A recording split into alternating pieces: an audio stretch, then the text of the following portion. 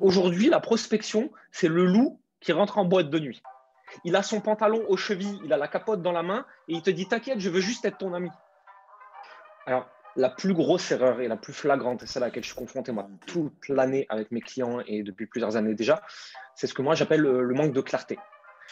Et le truc, c'est qu'une fois que tu as débloqué ça, tu sais où les chercher, tu sais quoi leur dire, tu sais comment leur vendre.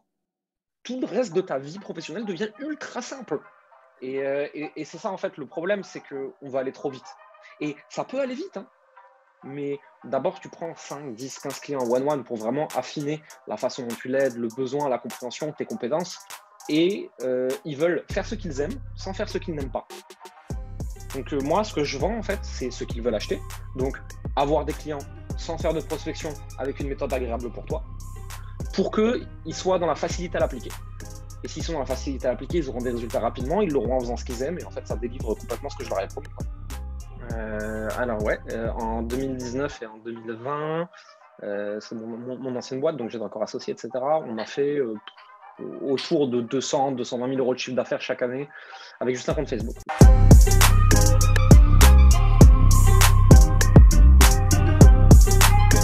Bonjour à tous et bienvenue dans ce nouvel épisode du Lead Talk. Aujourd'hui, j'ai le plaisir de recevoir Jérémy Coleman. Jérémy, merci d'avoir accepté l'invitation. Avec plaisir. Moi, je suis honoré d'être là. Il y a des gens connus, importants qui sont passés avant moi. Je sais déjà qu'il y en a qui vont passer après moi et qui sont pareil, connus, et des gens importants, et des gens qui font des trucs trop cool. Donc moi, de me retrouver au milieu, écoute, j'ai de la gratitude pour ça et je suis content d'être là, quoi.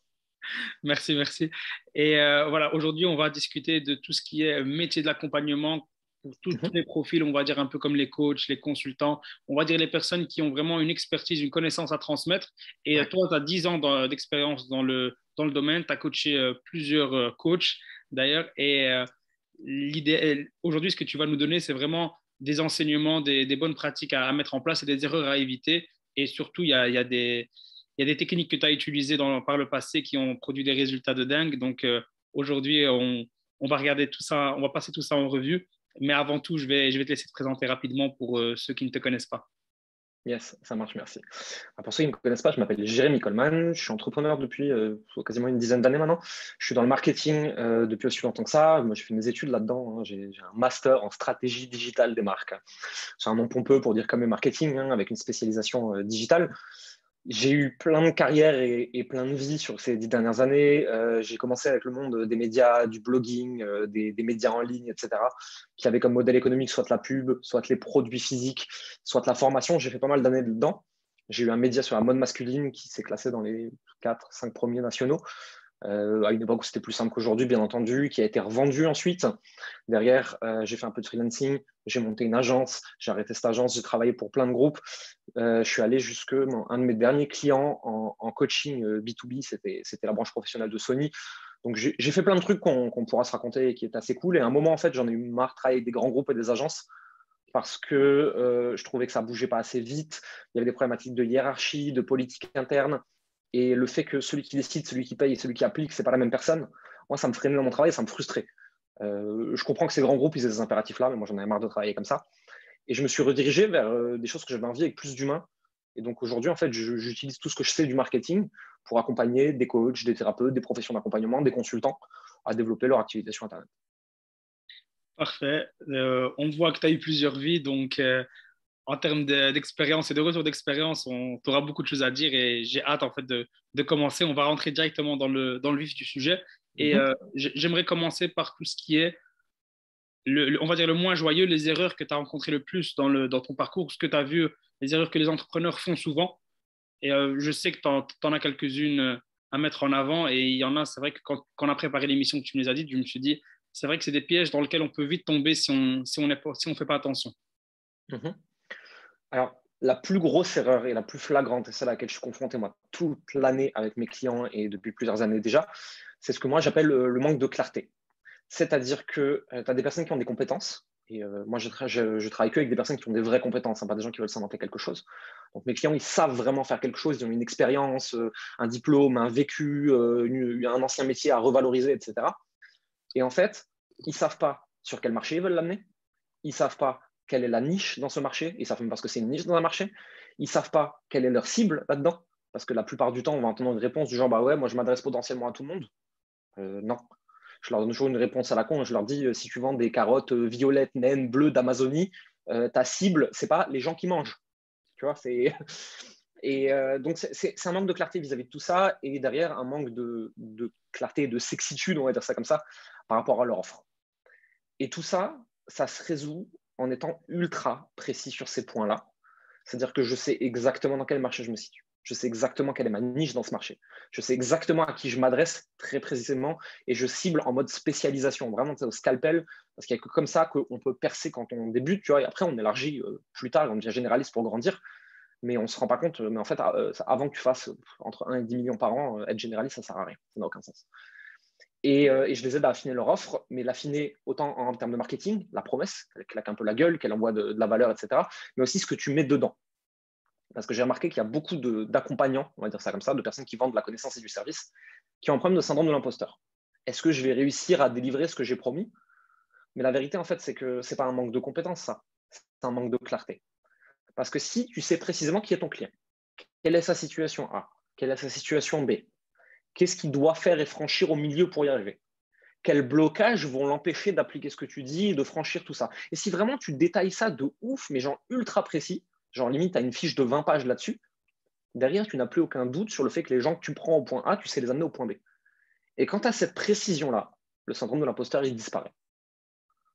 Et en fait, les plus gros blocages que je vois, c'est ça, en fait. C'est un manque de clarté sur la base de la pyramide, vraiment les fondamentaux du marketing, parce que c'est pas sexy, parce que c'est chiant, parce qu'il faut se poser la question pendant des semaines, des mois, alors même que tu passes à l'action. Hein. Il faut se demander, c'est qui, plus précis, pourquoi, plus précis, pourquoi. Moi, je fais chier mes clients pendant des mois avec ça, j'en ai qui m'insultent déjà, ils me disent, me fais chier avec ta cible pas assez précise, j'en ai marre de toi et tout. Et le truc, c'est qu'une fois que tu as débloqué ça, tu sais où les chercher, tu sais quoi leur dire, tu sais comment leur vendre. Tout le reste de ta vie professionnelle devient ultra simple. Mais il faut faire ce taf ultra chiant au début qui va te simplifier la vie ensuite. Et moi, pour moi, la plus grosse erreur que je vois toute la journée, c'est ça. C'est la première.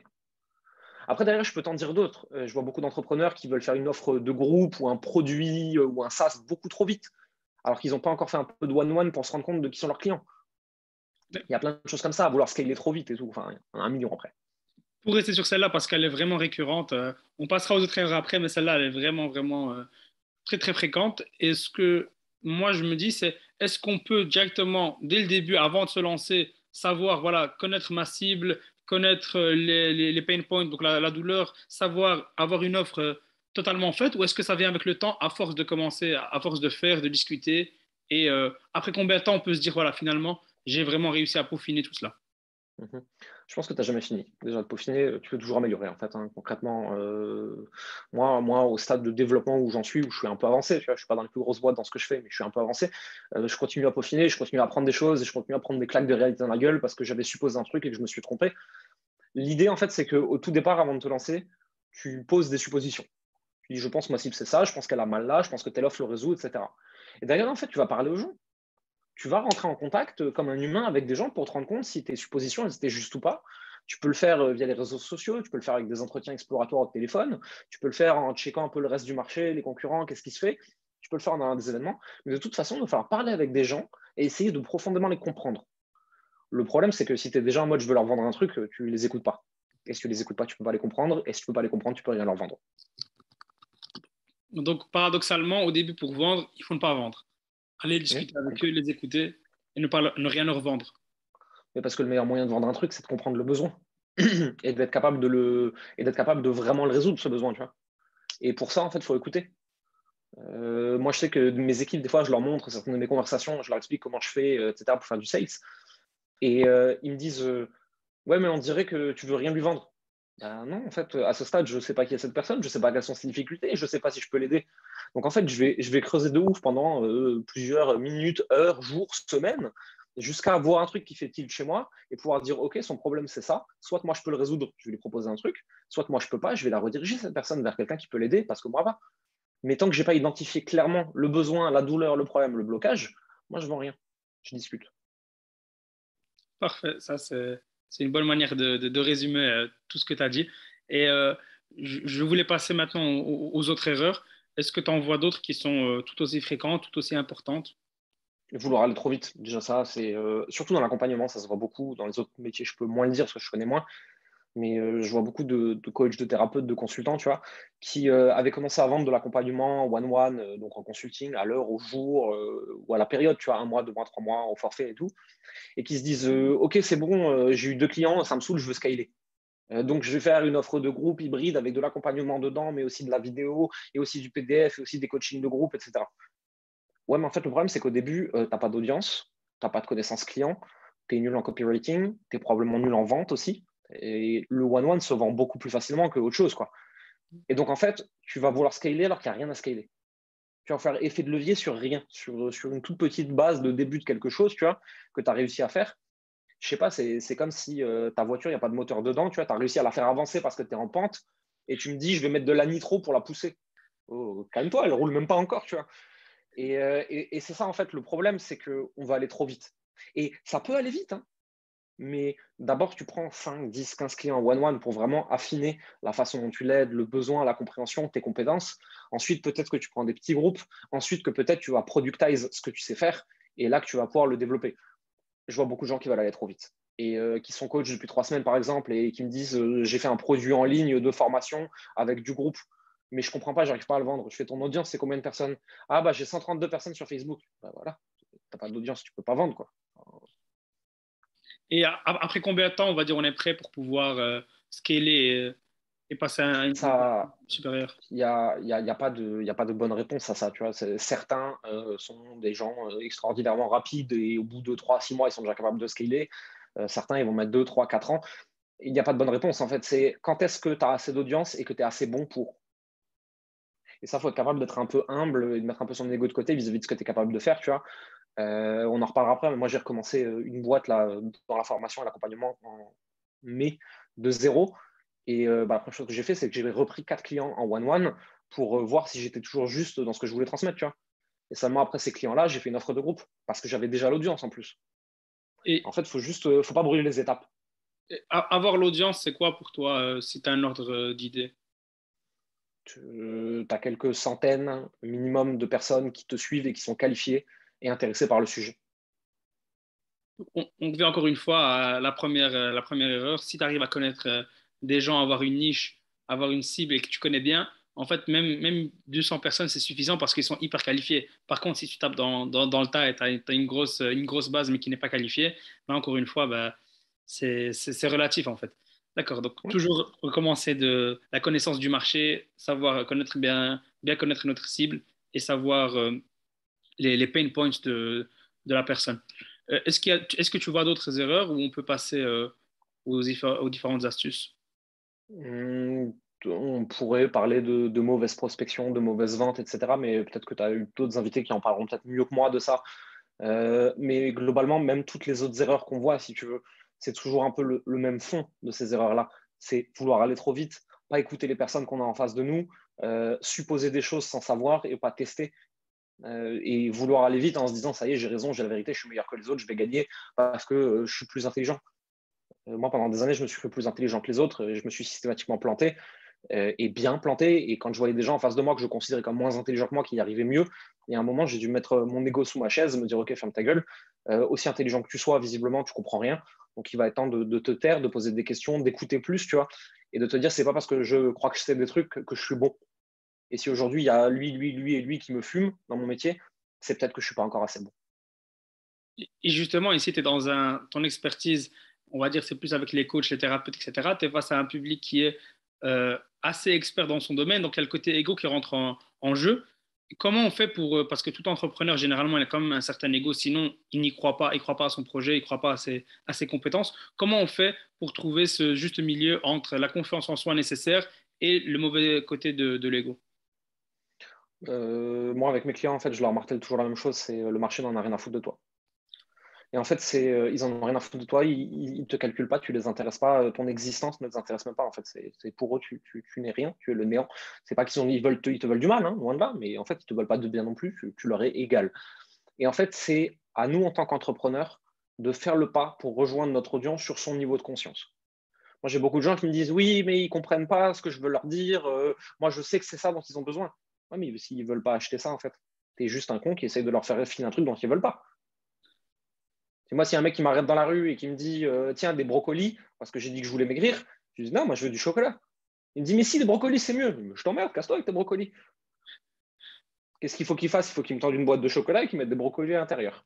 Et là, on en arrive à cette phrase clé qu'on se répète tous c'est vends-leur ce qu'ils veulent, délivre ce dont ils ont besoin.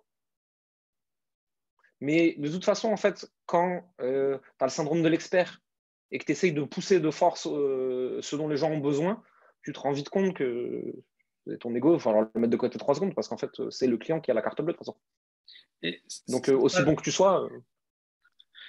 cette phrase-là que tu as dit, vends-leur ce qu'ils veulent, délivre ce dont ils Ce ont dont ils ont besoin, besoin. c'est une manière de voir les choses qui est peu fréquente déjà.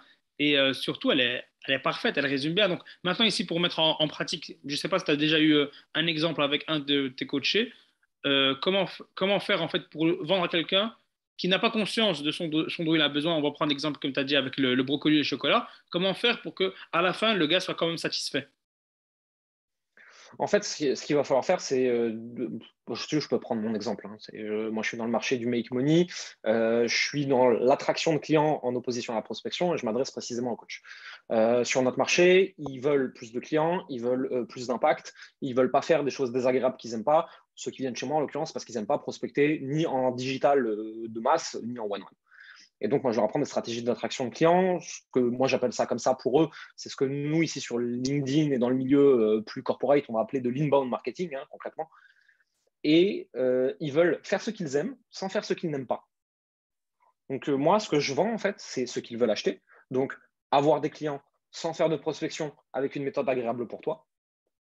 Et derrière, je délivre ce dont ils ont besoin. Donc, en fait, je vais les faire travailler sur les fondamentaux du marketing et derrière, sur une stratégie de contenu qui est adaptée pour attirer à eux les bons clients avec de l'inbound marketing.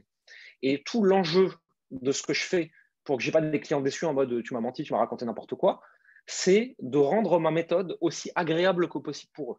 Et ça, c'est mon boulot de formateur, de rendre ça aussi agréable que possible pour eux et de trouver le bon angle qui va leur plaire à eux précisément. Et moi, je fais du cas par cas et du one-one avec nos clients pour qu'ils soient dans la facilité à l'appliquer. Et s'ils sont dans la facilité à l'appliquer, ils auront des résultats rapidement, ils l'auront en faisant ce qu'ils aiment et en fait, ça délivre complètement ce que je leur ai promis. Quoi. C'est vrai que là comme tu le dis, je comprends mieux la nécessité d'aller en one-one vraiment au début pour bien pouvoir par la suite. Je ne sais pas comment tu as fait pour scaler, mais justement, il me semble qu'il faut vraiment beaucoup de temps pour pouvoir enfin trouver une formule qui correspond, on va dire, à 80 ou 85% un maximum de personnes pour par la suite ne pas faire de clients déçus. Mhm. Bah, nous, en interne, comme on a scalé ça, c'est simple. Hein. En fait, on a un gros produit de formation. Le truc, c'est même plus une boîte à outils, c'est le magasin de bricolage, tellement il y a de choses possibles dedans. Et en fait, on vient avec des coachs, avec moi, en groupe, via des fiches de suivi, via des questionnaires, etc. Prendre chaque client en one-one en lui disant, toi, tu fais ça, toi, tu fais ça, toi, tu fais ça, toi, tu fais ça. Ce n'est pas la définition même de la scalabilité, puisque des clients en plus entraînent des coûts en plus, mais les coûts ne sont pas proportionnels au nombre de clients qu'on a en plus. Donc, en fait, on va rajouter, je ne sais pas moi, un coach dans l'équipe pour 10 ou 15 clients qui arrivent. Et donc, en fait, ça reste très scalable. D'accord, parfait. Tu m'as parlé tout à l'heure de trucs atypiques, mais que personne ne fait, c'est-à-dire des choses qui fonctionnent, mais parfois les gens ont quand même une réticence à le faire et quasi personne ne le fait au final. Tu peux nous en parler un peu plus? Oui, bien sûr. Alors, il y a plein de choses différentes par rapport à ça, mais la première, c'est de parler aux clients. De parler aux clients, de parler aux prospects, de se concentrer sur faire un bon produit. Ça c'est ultra sous-estimé, tu vois. Dans l'accompagnement, on a toujours tendance à rajouter plus de coachs, plus de one-one, plus de machin, plus de trucs, et à améliorer le marketing pour une simple raison. C'est parce que ton produit, il est pété. Et si tu n'as pas un bon produit, forcément, il faut des efforts démesurés en sales et en marketing pour remplir toujours plus la machine, puisque un client qui sort de là, il est déçu. Et il n'est pas content, il ne veut pas rester. Si tu as un extrêmement bon produit, déjà, tes clients, ils vont vouloir acheter des trucs chez toi. Ils vont finir un produit, ils vont dire, OK, c'est quoi la suite? Et où est-ce que je paye? Tu vas avoir des clients qui vont rester très, très longtemps. En plus de ça, avec la recommandation, chaque client va te recommander de nouveaux clients. Et donc, tu vas mettre de moins en moins d'efforts en sales et en marketing pour grossir de plus en plus. Ça, c'est la première chose. Après, il y a beaucoup de gens qui veulent automatiser des choses, en fait. Et au début, il faut faire les choses pas automatisables, les choses qui ne se scalent pas. Il faut aller à la main, parler avec des gens, checker leurs besoins, voir si tu peux les aider. C'est ultra rébarbatif. Quand tu es en mode je veux faire de la croissance et tout, c'est pas fun. Mais en fait, c'est la base de ta boîte et c'est ce qui va te permettre d'avoir derrière une accélération, mais stratosphérique, tu vois. Moi, je ne sais pas quelle croissance j'ai fait, mais je peux donner les chiffres. Là, on a dépassé les 250 000 euros de chiffre d'affaires sur une boîte qui a 6 mois et qui partait de zéro. J'étais tout seul dans une chambre avec rien il y a 6 mois. J'ai mon ancien associé de mon ancienne boîte qui s'est barré et je me suis retrouvé avec rien. J'ai tout recommencé de zéro. Mais parce que j'ai passé du temps sur ces trucs casse-couilles, derrière, j'ai pu croître très vite. Et donc, tu allais parler aux gens, en fait. Ouais, ouais, complètement. Mais pas en mode prospection pour vendre des trucs. Hein. En mode coucou, j'ai l'impression que tu es dans ma cible. J'aimerais bien discuter avec des gens comme toi. J'ai rien à te vendre, j'ai même pas de produit. Mais je pense que je peux t'aider sur des trucs. Est-ce que ça te dit de répondre à quelques questions? Et moi, je t'aiderai au mieux. Ils répondent pas tous oui, mais il y en a plein qui répondent. Et qui sont contents de pouvoir échanger avec quelqu'un qui veut rien leur vendre. C'est ça, au final, parfois, ça c'est une expérience que j'ai faite récemment. On surestime, enfin, on sous-estime la gentillesse des gens et le fait que quand on vient sans rien à vendre, sans chercher quelque chose en retour, les gens, en fait, ils sont tellement sollicités qu'ils en ont marre d'être à chaque fois utilisés de manière, on vient les prendre comme des enfants par la main pour au final leur vendre quelque chose, alors qu'une approche comme ça, avec une sincérité, c'est-à-dire que tu es dans ma cible, c'est la réalité, mais au final, moi, je n'ai même pas de produit, je n'ai rien à te vendre, et une approche assez authentique, on sous-estime vraiment le résultat que ça peut avoir. Mais parce que c'est humain et les gens ils aiment l'humain, mais tu te rends pas compte en fait quand on est un profil type un coach, comme on est chassé la journée. Moi, je reçois, je crois, entre Instagram, Facebook, LinkedIn, machin, je dois recevoir, je sais pas moi, 20, 30, 40 messages par semaine de gens où je sais à la première ligne qu'ils veulent me vendre un truc. Et j'en ai un il n'y a pas longtemps. Je lui ai dit gentiment, hein, je fais écoute, ton approche avec ton message copier-coller, je sens que tu veux me vendre un truc à 3 km, tu pourrais commencer par cliquer sur mon profil au lieu de me poser une question dont tu trouverais la réponse immédiatement. Et il m'a répondu je ne suis que lumière, la vie est un miroir. Si tu penses ça de moi, ça en dit plus sur toi que sur moi. Je te souhaite bonne continuation. Non, mais enfin, ta gueule, tu t'es fait juste choper en flag, en train de faire de la prospection moisie, et tu me dis la vie est un miroir. Mais laisse-moi tranquille, je t'ai rien demandé. Mais c'est ça le truc en Et fait. il y en a trop comme ça. Et donc, forcément, les gens, quand tu viens en disant écoute, très transparent, je suis en train de construire un produit pour les gens comme toi. Il n'est pas fait. J'ai rien à te vendre. Je ne vais pas essayer de te vendre quoi que ce soit. Mais j'ai besoin de valider des hypothèses pour construire mon produit. Et avec mes compétences, je peux sûrement te filer aussi un coup de main sur des trucs gratuitement. Est-ce que ça te dit qu'on discute un petit peu? Moi, j'essaye de t'aider. Toi, tu réponds juste à quelques questions. Les gens, pour une fois, on leur dit la vérité. Alors qu'ils reçoivent 50 messages déguisés toute la journée. Aujourd'hui, la prospection, c'est le loup qui rentre en boîte de nuit. Il a son pantalon aux chevilles, il a la capote dans la main et il te dit t'inquiète, je veux juste être ton ami. On n'est pas débile. Ça se voit à 3 km quand quelqu'un veut te vendre un truc. À la première phrase, tu le sais. Dites la vérité aux gens. Mais franchement, j'aimerais bien qu'un jour quelqu'un m'aborde en disant coucou, j'essaye de te démarcher pour te vendre quelque chose. Je pourrais lui dire oui ou non, moi, tu vois. Mais j'aurais pas Ouais. l'impression qu'il me prend pour un con. Mais j'ai l'impression qu'en marketing, on est passé par un niveau de surperformance, d'automatisation, que à la fin, les gens ont soif d'authenticité et de transparence. Je ne sais pas si tu le ressens aussi. En fait, faut regarder ce qu'on appelle la sophistication de marché.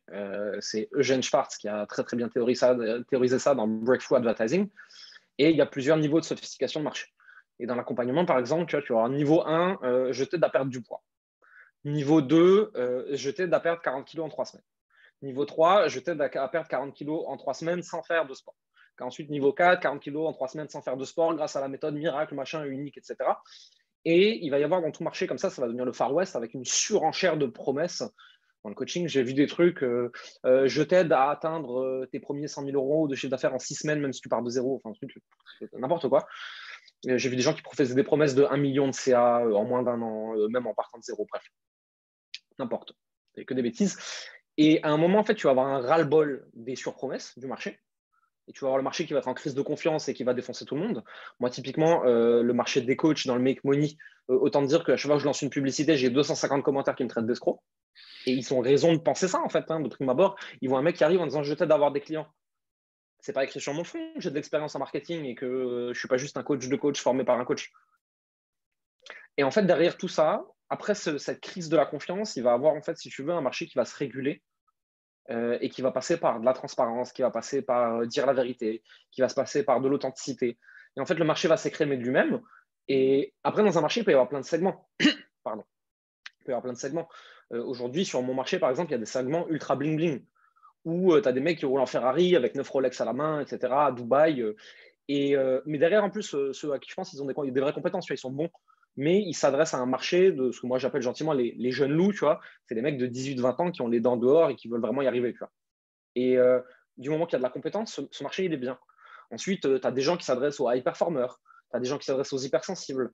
Mais le marché, il va se réguler et tous les gens qui ne sont pas compétents et qui font des surpromesses qu'ils n'arrivent pas à délivrer, en fait, ces gens-là, ils vont sortir du marché naturellement. En fait, ils vont plus avoir de clients au bout d'un moment, ils vont avoir des problèmes juridiques, des fois, malheureusement. Et on va rentrer petit à petit ensuite dans l'ère du bon produit. Donc, vraiment prendre le client en main, vraiment l'aider, vraiment essayer de délivrer des résultats. Le coaching, c'est un peu particulier parce qu'on a une obligation de moyens, pas de résultats normalement. Tu vois. Et comment on fait donc pour vraiment apporter des résultats aux clients malgré cette obligation-là? Moi, par exemple, sur mon produit, on a mis une garantie satisfait ou remboursé si impliqué. On a juste conditionné l'implication et non les résultats, tu vois. Parce que concrètement, quelqu'un qui arrive et qui veut se faire rembourser alors qu'il n'a rien branlé, je ne suis pas d'accord. Mais quelqu'un qui arrive, qui s'est battu, qui a bossé, qui n'a pas de résultat chez moi, je le rembourse de bon cœur. Parce que ça veut dire que soit ce n'était pas un bon profil et je n'aurais pas dû le recruter, soit je ne pouvais pas l'aider et c'est ma faute dans ce cas-là. Mais on voit de plus en plus de choses comme ça, hein, des garanties, des promesses, mais des trucs un peu juridiquement baqués qui commencent à arriver sur le marché. Et ça veut dire qu'on arrive au dernier stade de sophistication du marché où ça y est, il faut faire les choses sérieusement, on ne peut pas surpromettre. D'accord. Et est-ce que tu vois d'autres techniques ou choses comme ça qui ne fonctionnent plus, ont fonctionné peut-être à un moment donné parce que, voilà, comme tu as dit, la sophistication du marché poussait à ça, mais qui maintenant, voilà, c'est has-been et ça ne marche plus. Les promesses trop belles pour être vraies, les pubs bling bling marchent de moins en moins quand même, hein. La pub en mode je suis à Dubaï dans ma villa avec ma Lamborghini. Bon, le truc en fait, c'est qu'il y a eu tellement de scandales qui ont pété où les mecs ils louaient tout ça à la journée pour faire des pubs, tu vois, qu'au bout d'un moment ça marche plus. Euh, la prospection copier-coller ne marche pas. Les funnels automatisés avec webinaire, ils marchent toujours, mais il faut être bon maintenant. Il faut vraiment prendre la tête pour faire ça bien, sinon ça marche plus. En fait, si tu veux, il y a presque tout qui marche encore. Mais le niveau de compétence qu'il faut pour le faire marcher n'est plus du tout le même. Au début, tu prenais n'importe quelle personne à qui t'envoyais un MP sur Facebook, sur LinkedIn, tu dis ça ne te dit pas qu'on s'appelle. Et derrière, tu déroulais un appel de vente, tu signais. Aujourd'hui, la personne, tu lui dis ça ne te dit pas qu'on s'appelle, elle te répond qu'est-ce que tu me veux? Pourquoi tu veux m'appeler? On a tellement eu d'appels de vente déguisés, tu vois, c'est toujours pareil, c'est le loup qui se déguise en mouton, tu vois, que quelqu'un veut t'appeler, tu fais non. D'abord, tu m'expliques en 3 lignes pourquoi tu veux m'appeler. Ensuite, je décide si je décroche le téléphone. C'est vrai qu'encore une fois, on y revient, mais si tu connais bien ta cible et si tu as une approche transparente, les chances qu'ils te répondent oui, ok, on se fait un petit Zoom ou un Meet, Ouais. elles augmentent d'un seul coup, elles explosent parce qu'au final, les personnes sont tellement sollicitées que maintenant, avant, on va dire, voilà, c'était sollicité une fois par mois ou quoi, ça pouvait être faisable, mais maintenant, elles sont tellement sollicitées que ce n'est plus possible d'attaquer comme ça. Et donc, On reçoit 25 messages par jour, ça marche plus. ça va, ça va. Justement, ici, moi, je voulais euh, vraiment mettre en avant ces retours d'expérience que toi, tu as eu à ce niveau-là. Et j'aimerais maintenant passer à une expérience que tu as eue qui m'a fasciné quand tu m'en as parlé en préparant cette émission. C'est comment tu as pu vendre enfin, monter un business de coaching juste avec un compte Facebook. Et je vais te laisser Mhm. dire les chiffres, etc., parce que c'est fascinant.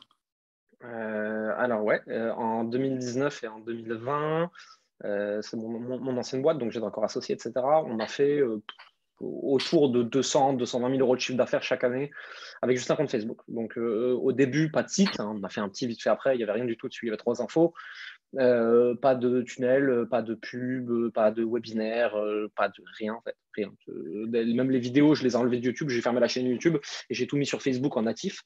Et donc juste un compte fait avec un compte Facebook, des posts que je publie sur Facebook et mes messages privés, et j'avais même pas de solution de paiement puisqu'on passait par virement. J'avais vraiment rien. Mon business, il était fait avec 2 cure-dents et un bout de scotch, et il a fait plus de 200 000 euros 2 années de suite comme ça. Et en fait, le truc part d'un truc simple. Tout le monde voulait faire ultra compliqué. Et moi, je regarde Facebook. Facebook, c'est quand même un petit tunnel quelque part, tu vois. Tu ajoutes des gens, ils sont exposés à ton contenu, tu leur envoies un MP. Découverte, nurturing, vente. Top of funnel, middle of funnel, bottom of funnel. Je fais, et si j'essayais de faire ça juste avec mon compte Facebook? C'est-à-dire faire entrer des gens, acquisition, ajouter des gens, publier dans des groupes, montrer ma gueule. Nurturing, middle of funnel, je fais du contenu. J'expose naturellement les gens au contenu, je ne les harcèle pas de MP de prospection.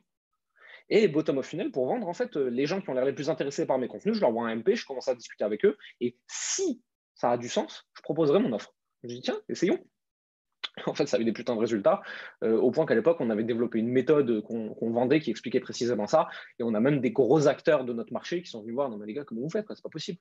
Ok, nous, on fait 2, 3 fois plus de CA que vous, mais nous, on a un système de port avec une équipe de 15 personnes et X euros de coûts publicitaires, d'outils, de machins, de trucs avec Facebook qui nous bloque le compte tous les mois.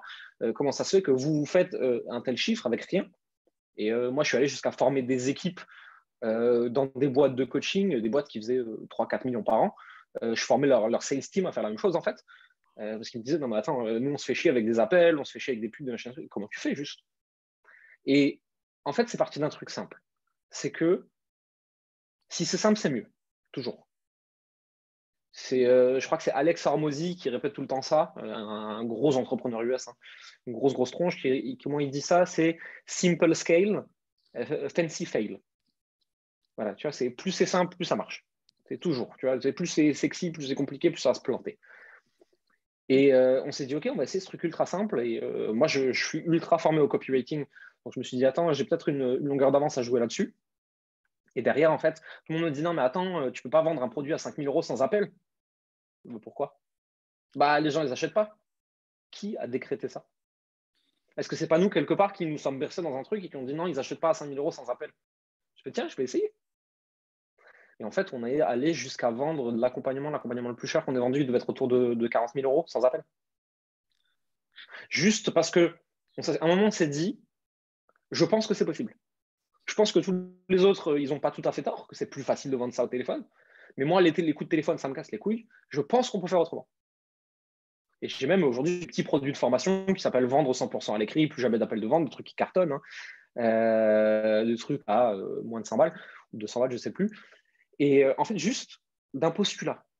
Je suis un petit con, je pense qu'il y a moyen. Et juste oser, en fait. Et quand les gens me disent on peut s'appeler pour en parler, non, on a une politique de l'entreprise, on ne prend pas d'appel. Ah, d'accord. Bon, bah, ok, on va en parler ici alors. Oh, oh ça marche. Et vraiment, c'est vraiment cette mentalité des gamins de 12 ans en train de jouer, tu vois. Je pense qu'on va essayer ce jeu-là, il a l'air marrant. Ça marche et on était là comme ça devant, genre, oh, ça a marché. Et en fait, on a reproduit ça pendant des années. Et encore aujourd'hui, avec ma boîte actuelle, je pense que depuis le mois de mai, j'ai dû faire 10 appels pour pas loin d'une centaine de clients. Parce que 90% des gens, ils signent sur Messenger avec moi, en fait. Tu continues à le faire sur Messenger. Oui, en grande partie, oui. Et Aujourd'hui, le système, il a grossi, il est plus complexe parce que je suis dans une phase de scaling, forcément, tu vois. Ils ont fait de la pub, on les amène à un endroit, les gens, on échange avec eux, on crée de la valeur, on leur donne beaucoup de contenu offert, beaucoup de training offert pour vraiment leur montrer et faire une vraie démonstration de compétences, tu vois, pour dire on n'est pas là depuis 5 minutes, on connaît quand même notre métier. Mais derrière, quand les gens ils sont assez avancés dans le processus et dans le cycle de vente, les cycles de réflexion, moi, derrière, en fait, je vais leur envoyer un MP et je vais dire salut, tu veux discuter? Tu vois, enfin, pas plus compliqué que ça. Et 90% de mes ventes se passent comme ça, en fait, encore aujourd'hui. Et après combien de temps, on va dire, tu as commencé à avoir des résultats? Parce que c'est une approche 100% au culot. Tu vois, ça, c'est vraiment. Ça va super vite. Ça va super vite. Quelqu'un qui part de zéro aujourd'hui, il peut avoir des putains de résultats en moins de 3 mois. Là où est le piège et l'enjeu, c'est que pour grossir ton audience, tu vas devoir ajouter des gens. D'ailleurs, ce que je dis pour Facebook marche sur LinkedIn, hein. Très très bien, sans problème, hein. Tu peux faire exactement la même chose sur LinkedIn, mais il ne faut pas ajouter n'importe qui. Donc, il va falloir toujours pareil, ce qu'on disait au début, la connaissance client, la connaissance marché, tu vois. Alors, il faut savoir où est-ce que tu achètes des gens qui sont précisément dans ta cible, qui ont un problème que tu sais résoudre et qui cherchent à payer pour le résoudre. Et ça, c'est pas évident à trouver, tu vois. C'est des mécaniques de réflexion un peu complexes, mais si tu trouves ces gens-là et que tu amènes ces gens-là dans ton audience et que tu les exposes à du bon contenu qui apporte de la valeur, moins de 3 mois, tu peux avoir des résultats. Moi, ça s'est vérifié chez quasiment tous mes clients. Et pour rentrer un peu plus dans le détail ici par rapport à ton expérience, toi passée, comment tu as fait en fait pour ajouter des personnes que tu jugeais qualifiées et qui l'étaient vraiment au final? Groupe Facebook. Moi, à l'époque, je n'utilisais pas LinkedIn, hein. LinkedIn, j'utilise depuis assez peu de temps. Moi, je travaille essentiellement avec Facebook. Donc, des groupes, des pages. Je suis s'il y a des pages de concurrents directs, indirects, et tu vois des gens qui interagissent en dessous, vas-y, au culot, tu les ajoutes. Tout le monde le fait de toute façon. Personne ne veut le dire, mais tout le monde le fait, hein. C'est aller siphonner l'audience du copain, hein. et derrière participer à des conversations sur des groupes dédiés pour montrer ta gueule et montrer ton expertise. Donc, c'est vraiment aller là où ils sont déjà, en fait, les clients idéaux. Et probablement qu'il y a déjà des concurrents à toi sur ce marché, tu vois. S'il n'y a pas de concurrence, c'est probablement qu'il n'y a pas de marché. Ou alors tu essaies d'ouvrir un nouveau marché. Et si tu es first-time entrepreneur, je te le déconseille fortement parce que c'est super galère. Mais s'il y a un marché, il y a des concurrences, il y a des concurrents, il y a déjà de l'audience, tu as juste à aller la chercher. D'accord. Et en termes de temps investi, est-ce que tu fais ça à longueur de journée ou est-ce que tu te dis, voilà, ici au début. Non, tu fais ça 3 fois 10 minutes par jour. Moi le système complet, ajouter les gens, créer le contenu, faire les messages privés, me prenait moins de 10 heures par semaine. Après, encore une fois, j'ai des facilités en création de contenu. Hein. Donc peut-être que d'autres gens, ça va prendre plus de temps quand même, tu vois. Mais moi, avec mes facilités en contenu, ça me prenait moins de 10 heures par semaine pour ce chiffre d'affaires. Et le contenu que tu créais, c'était tofu, mofu, bofu ou c'était Ouais. les trois? Ouais, alors top of funnel, pas trop, puisque le but, c'était pas d'attirer des gens, puisque j'avais d'autres stratégies pour ça. Mais ouais, middle of funnel, bottom of funnel, en fait. Hein. Donc, c'est concrètement des contenus d'expertise où je démontrais ma compétence. Et derrière, des contenus de vente où, en gros, c'était tu es en train de penser ça, voici pourquoi ça va tu vas te planter. Un client m'a dit ça, voici ce que je lui ai répondu. Cas pratique d'un client, voici dans quelle situation il était, voici ce qu'on a fait. J'ai reçu ce message, voici ma réponse. Et vraiment des trucs où tu projettes la personne dans ce que c'est de travailler avec toi. Et ça, c'est ultra efficace en termes de création de contenu, puisque finalement, c'est ça l'enjeu de la vente, quelque part, si tu le fais par l'écrit et par le copywriting, c'est de réussir à amener la personne avec toi dans un scénario dans sa tête où elle travaille avec toi, est-ce que ça va changer dans sa vie? Et pour ça, c'est de la projection, c'est de la visualisation. En fait, c'est de lui peindre une image ultra précise de comment va être sa vie quand elle travaillera avec toi. Et si tu arrives à faire ça, ça fait mouche quand même beaucoup, beaucoup. D'accord. Et donc, au final, toi, tu me disais que tu arrivais à vendre à 5 000 euros sans système de paiement, juste à la confiance, Ouais, en ayant le convaincu. virement. Ouais, je discutais sur Messenger, je donnais le RIB, c'était un virement. Ça me rappelle une phrase que j'avais lue, c'est ils ne savaient pas que c'était impossible, alors ils l'ont fait. Et donc, C'est exactement ça. même Alors, là, moi, c'est aujourd'hui, encore plus. Hein. C'est encore plus. Tout le monde a dit que ça ne marchait pas. J'ai voulu vérifier. même moi, là, tu me le dis, je me dis, bon, Jérémy, je le crois, mais quel culot quand même. Quel culot, je ne sais pas si je l'aurais tenté. En fait, c'est parti d'un truc simple. Je déteste téléphoner. Genre, vraiment, j'aime pas ça. Je peux pas avoir 10 appels de vente par jour. Moi, je saute par la fenêtre, en fait, direct. Je déteste le téléphone. Les visios, j'aime bien. Le chat, Messenger, LinkedIn, WhatsApp, ce que tu veux, j'adore. Tu peux me faire des vocaux, du moment que tu ne me fais pas 36 d'affilée de 8 minutes, parce que là, je pète un plomb, comme tout le monde. Mais le téléphone, vraiment, j'ai un truc viscéral, ça me crispe. Donc, en fait, j'ai dû trouver une solution. Et à un moment, il fallait bien que je vende mon produit, tu vois. Il fallait bien que je le mette sous les yeux des gens et qu'ils puissent l'acheter. Je fais, bon, ben, qu'est-ce qui me reste comme solution si je déteste téléphoner? Je fais, tiens, je vais essayer ce truc-là, vendre sur Messenger, vendre sur WhatsApp. Et aujourd'hui, c'est dans le marché du coaching, ça devient de plus en plus la norme. Mais il y a 3, 4, 5 ans, c'était quand tu disais j'ai vendu à 10K sur WhatsApp, les gens regardaient, c'est quoi? C'est ce que je fais la même tête qu'eux parce que là, je me dis, waouh, c'est quand même quelque chose. Et je voulais discuter maintenant de rentrer un peu plus dans le côté closing sur Messenger parce que c'est quelque chose Mhm. que j'avais quasi jamais entendu. Euh, Est-ce que tu as voilà, des bons côtés, des mauvais côtés, les techniques à faire? Est-ce qu'il faut plus privilégier l'humain? Ça, voilà, tu en as beaucoup parlé, mais quels seraient les conseils que tu pourrais donner à ce niveau-là? Alors déjà, une discussion entre guillemets de vente, j'aime pas le terme, mais va se passer exactement comme au téléphone. Hein. Identification du problème, de la douleur, des pain points, du point bloquant, définition de l'objectif, voir ce qui le sépare entre les deux, voir ce qui bloque pour l'atteindre, trouver comment débloquer ça, proposer un plan d'action et dire tu peux le faire avec nous, tu peux le faire tout seul. C'est une trame vraiment bateau de vente comme tout le monde l'utilise. Ça change strictement rien. Là où sur Messenger, ça ne pardonne pas, alors qu'au téléphone, ça peut passer, c'est que sur Messenger, si tu suis un script sans répondre vraiment à la personne et sans vraiment faire des réponses personnalisées et en essayant de dire, OK, il m'a dit ça, il faut que je réponde ça, c'est vraiment tu suis ton script, ça ne marche pas. Parce qu'en fait, la personne, elle va sentir qu'il y a un truc qui la dérange, sauf qu'elle est sur Messenger. Elle n'a pas besoin de te raccrocher au nez. Hein. Elle a juste à fermer la fenêtre pour plus te parler.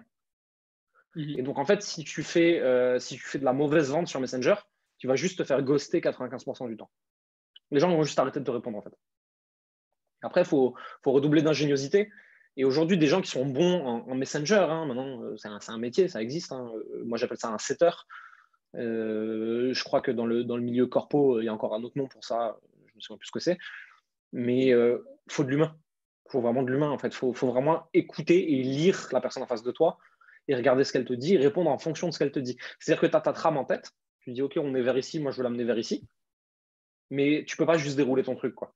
Il y a un moment, il faut de l'intuition, il faut de l'humain, il faut prendre le temps de répondre, il faut prendre le temps d'écouter, comme si tu étais en vrai avec une personne. C'est pas parce que tu es sur Messenger, sauf que sur Messenger, ça pardonne encore moins l'erreur qu'au téléphone. Au téléphone, tu peux rattraper la personne, tu as la voix, tu as l'intonation, tu as plein de trucs. Sur Messenger, si à un moment tu réponds une connerie ou tu réponds à côté de la plaque, la personne juste elle arrête de te répondre, quoi.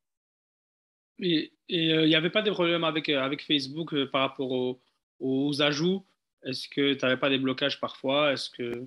Alors, si tu fais le port et que tu fais ça comme un robot et que tu en fais à la chaîne, si, Facebook, il aime pas ça du tout, il te bloque direct.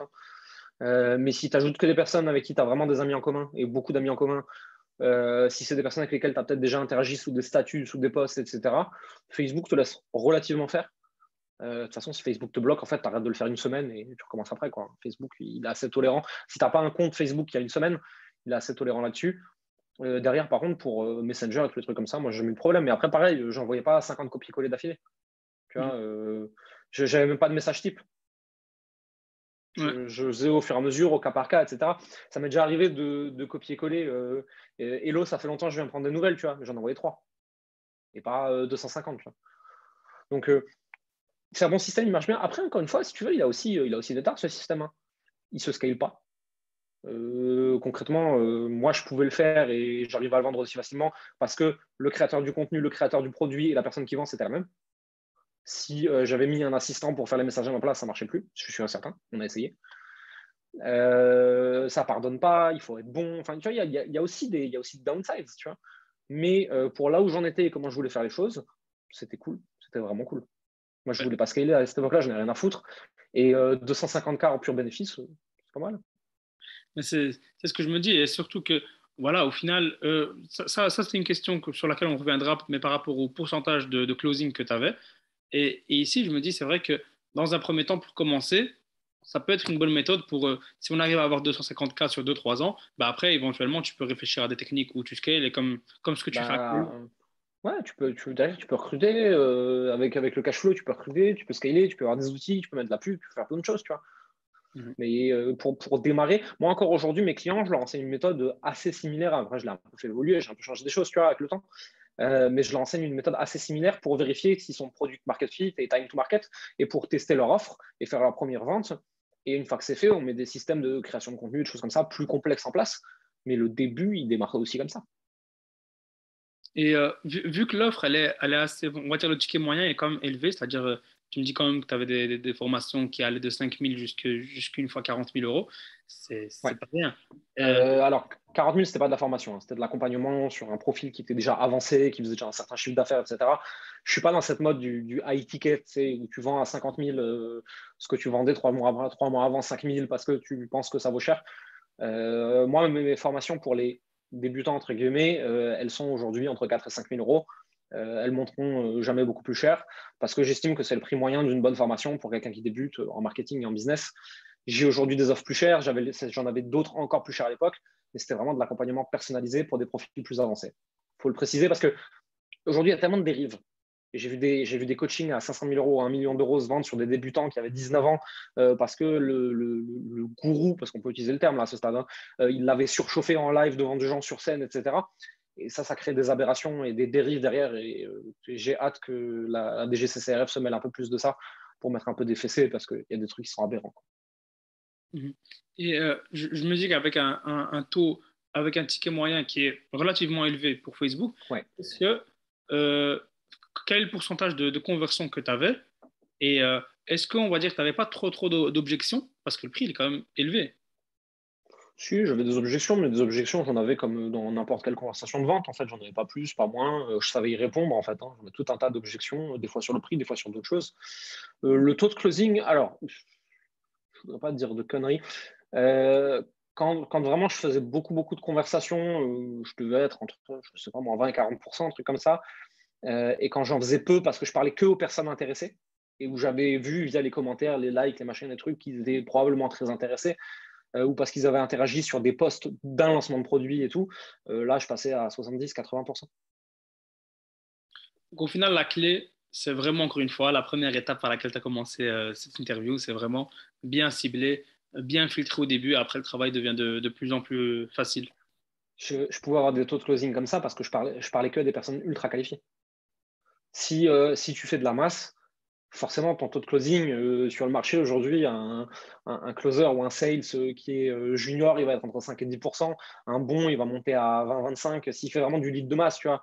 Et encore, de toute façon, tu n'as pas des taux de closing supérieurs si tu n'as pas une qualification de dingo à l'entrée du funnel, quoi. C'est impossible. Parfait, parfait. J'ai passé en revue tout ce que je voulais.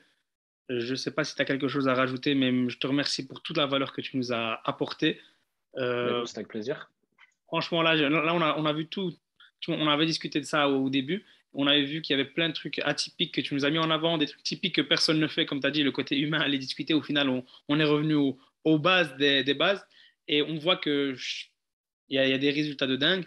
On a passé aussi en revue bah, ton cas ici, l'expérience que tu as eue en détail. Magnifique.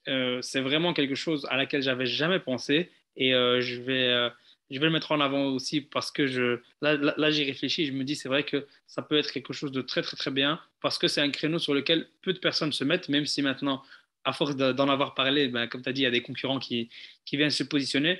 Mais je pense qu'il y a encore un créneau à prendre, c'est ça? Non, mais oui, alors, j'ai encore un créneau à prendre, clairement. Aujourd'hui, avec de l'unicité, de la différenciation et vraiment chercher sa singularité, il y a encore moyen de percer avec la même méthode, même si tout le monde l'utilise. Hein, ça ne change rien, c'est juste qu'il faut être meilleur. Et aujourd'hui, moi, j'applique ça sur Facebook. Facebook, c'est un algorithme fermé. Hein, donc, ton profil, il est montré à 2 personnes et demie qui ne te connaissent pas, mais c'est tout. Imagine maintenant, aujourd'hui, avec l'algorithme actuel de LinkedIn, quelqu'un qui est bon et qui fait ça sur LinkedIn, ce qui va se passer. Quand tu as un post, il peut toucher 300 000 personnes, 1 million de personnes. Moi, mon post Facebook, quand il est touché 1500 personnes, j'étais heureux. Hein. Donc imagine la puissance possible si tu utilises ça bien sur LinkedIn maintenant. C'est monstrueux. Et justement, est-ce que tu vas le faire? Est-ce que tu comptes le faire ou pas encore? Aujourd'hui, j'utilise LinkedIn, mais plus pour partage d'expérience, pour faire des RP, acquérir de la visibilité tu vois, sur ce que je fais, pour la marque employeur, pour commencer à me rendre compte de ce que c'est l'écosystème corporate dans mon métier et potentiellement recruter de nouveaux talents, etc., pour me faire connaître, partager et tout. Pour l'instant, sur LinkedIn, je ne suis pas du tout dans une démarche de vente et j'ai eu aucun contact de vente d'ailleurs. Hein, je n'ai pas cherché à en avoir. Est-ce que je le ferai dans le futur? Peut-être, franchement, j'en sais rien. Je n'ai pas encore décidé. Pour l'instant, je partage sur LinkedIn en mode vraiment créateur de contenu parce que je kiffe ça et je suis en train de nouer des relations, je rencontre des gens et je me retrouve à faire des interviews comme là, tu vois, et où je m'éclate de pouvoir partager ça. Est-ce qu'à un moment, ça deviendra un médium de vente?